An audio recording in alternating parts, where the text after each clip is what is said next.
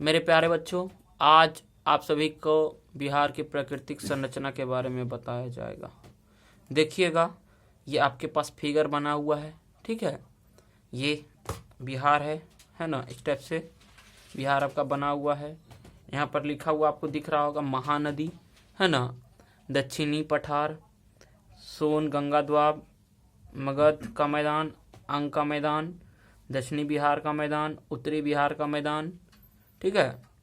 घाघरा गंडक द्वाब, गंडक कोसी द्वाब, कोसी महानंदा द्वाब, ठीक है। तो इस टाइप से जो लिखा हुआ है इसी में हम लोग पढ़ते हैं कि देखा जाए तो ये बिहार है, ये क्या होता है, ये नॉर्थ होता है, ये साउथ होता है, ये ईस्ट होता है, ये कच्ची होता है वेस्ट, है ना। तो इस टाइप से लिखा हुआ है। तो देखा जाए तो ये देखा जाए तो ये रीजन जो होता है वेस्ट नॉर्थ का रीजन जो होता है, इसमें आपका मेनली रूप से ये हिमालय से टच होता है। तो इसी में आता है सबसे लास्ट में जो हिमालय की सबसे इधर से जो हम लोग चढ़ाई करते तो सबसे पहले जो श्रेणी मिलता है उसी में आता है सुमेश्वर श्रेणी, ठीक है। उसके बाद दूसरा में कौन आता है, दून घाटी, ठीक है। तीसरा में कौन आता है, रामनगर दून। ये तीनों आपको याद रखना पड़ेगा। खास करके सुमेश्वर श्रेणी कौन सा आपका डिस्ट्रिक्ट में पड़ता है तो आपको याद रखना पड़ेगा, क्या होगा, पश्चिमी चंपारण, ठीक है। दून की घाटी कहाँ पड़ता है, पश्चिमी चंपारण में। रामनगर दून कहाँ पड़ता है, पश्चिमी और पूर्वी चंपारण में। यह है क्या, तो बिहार की प्राकृतिक संरचना के बारे में बताया जा रहा है। देखिए यहाँ पर बिहार की प्राकृतिक संरचना को मेनली जनरल तीन भाग में बांटा गया। कितना भाग में बांटा गया, तीन भाग में बांटा गया, ठीक है। पहला क्या है, उत्तर में शिवालिक पर्वत। उत्तर में जो बिहार में जो होता है शिवालिक पर्वत के रेंज से टच होता है बिहार, है ना।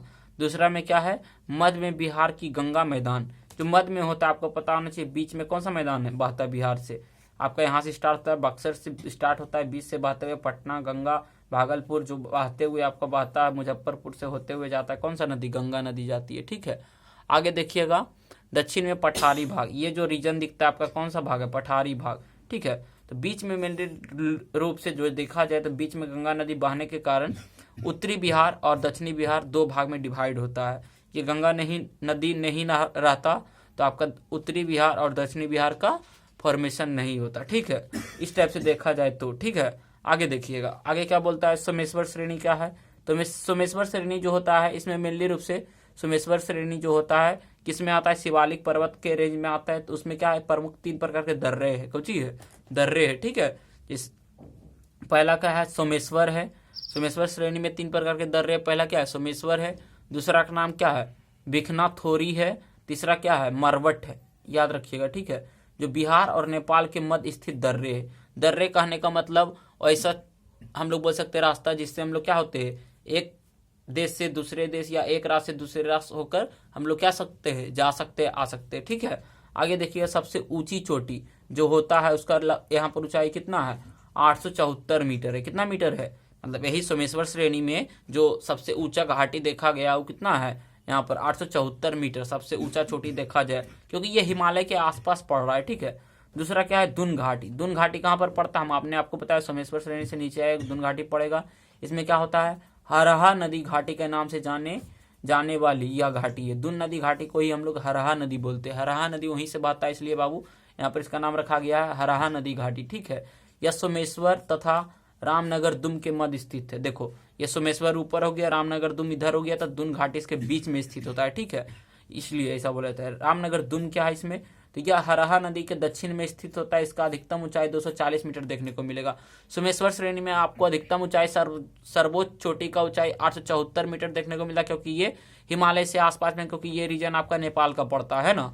और रामनगर दुम ये बिहार में आने के कारण जैसे जैसे नीचे आएंगे उससे हाइट घटेगा, तो कितना आएगा, 240 मीटर आपको यहाँ पर अधिकतम ऊंचाई देखने को मिलेगा, ठीक है। ये इस टाइप से हो गया, ये आपका फिगर है। सोमेश्वर हो गया, रामनगर दुम हो गया, दून घाटी हो गया, ठीक है। अब देखा जाए कुछ कुछ नदी इसमें बहते हुए आ रहा है। इधर सोन नदी आता है, इधर से निकल के आ रहा है। इधर से कौन सा नदी आता है आपको पता होना चाहिए, यहीं से आपका कौन सा, इधर आपका यहाँ से क्यूल नदी आता है, ठीक है। इधर से गंडक नदी, इधर से घाघरा नदी, इधर से कोसी, इधर से महानंदा, ठीक है। इस टाइप से आती है। और देखा जाए तो इसी से मैदान का निर्माण होता है। तो इसको कौन सा मैदान बोलते हैं, गंगा सोन द्वाब। गंगा नदी यहाँ से जाती है, सोन नदी इधर से जाती है, इसलिए इसका नाम क्या पड़ा, गंगा सोन द्वाब। इधर इसका नाम मगध का मैदान क्यों पड़ा, क्योंकि इस इलाके में मगध जो होता था ना, जितना भी मगध हम लोग पहले जो होते थे बोल सकते हैं बिहार में जो स्टेट अशोक हो गया, चंद्रगुप्त मौर्य हो गया, उसी का शासन इधर से ही चलता था, इसलिए इसका नाम रखा गया मगध का मैदान। ठीक है, अगला कुछ ये अंग का मैदान। अंग का मैदान इसका नाम क्यों पड़ा?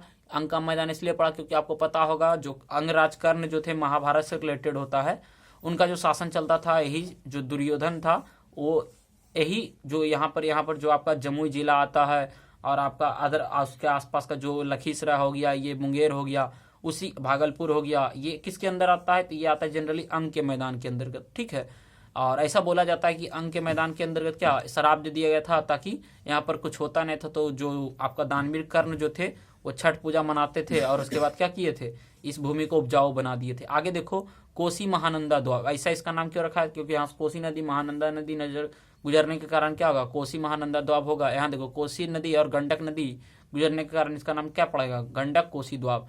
और इधर घाघरा नदी गंडक नदी इसके बीच से गुजरता है, इसके कारण इसका नाम क्या रखा है, गंडक घाघरा द्वाब। आगे हम लोग आगे कवर करते हैं। अगला टॉपिक है बिहार की प्राकृतिक संरचना, भी आगे हम लोग कवर करते हैं।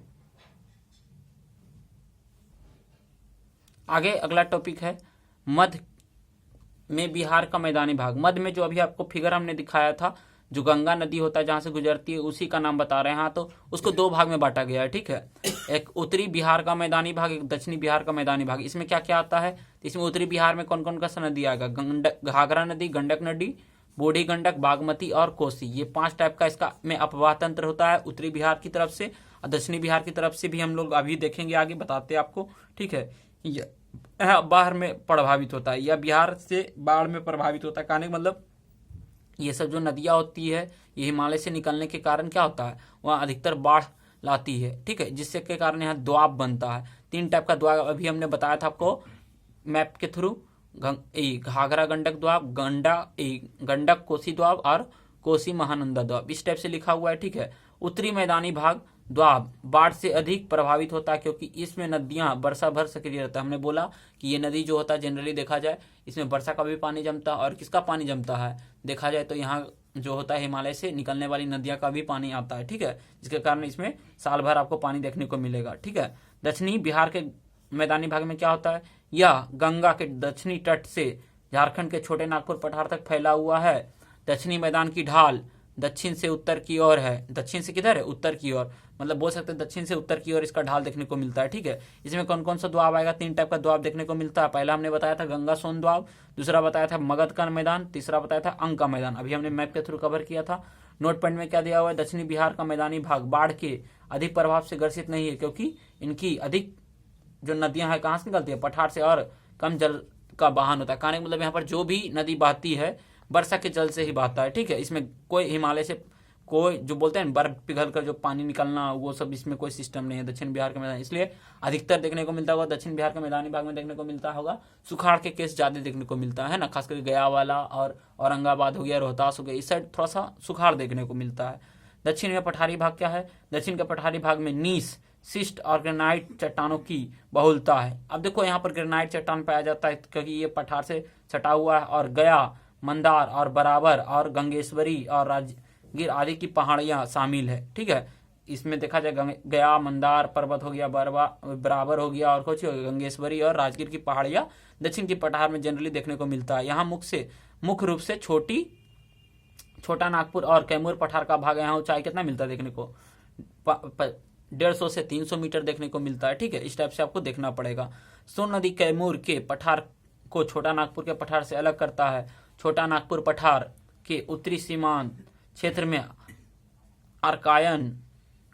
आर्कियन और नीस और ग्रेनाइट चट्टान पाई जाती है, जबकि कैमूर पठार में बलुआ पत्थर मिलता है। कैमूर पठार से याद रखिएगा कि बलुआ पत्थर मिलता है, और ग्रेनाइट चट्टान कहाँ से निकलता है, तो छोटा नागपुर के पठार जो होता है रोहतास जनरली उसमें आर्कियन चट्टान होता है और नीस होता है। ठीक है, ये स्टेप से हम लोग बोल सकते हैं कि बिहार में प्राकृतिक संरचना ये है। आगे हम लोग कौन सा टॉपिक कल कवर करेंगे हम आपको अभी बता देते हैं। कल हम लोग पढ़ेंगे कि बिहार में कितना नदी का उद्गम होता है। ठीक है, तो ये नदियां हम लोग कल कवर करेंगे। ठीक है, आज है बिहार की प्राकृतिक संरचना। आप लोग कुछ नहीं कीजिएगा, वीडियो को लाइक कीजिए, सब्सक्राइब कीजिए चैनल को और शेयर कीजिए। ठीक है, ताकि आपका कंटिन्यू बिहार स्पेशल का क्लास चलते रहे। ज़्यादा नहीं, 10 मिनट शो टाइप का हमने क्लास रखा है।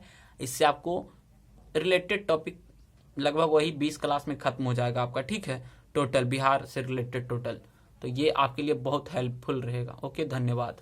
जय हिंद।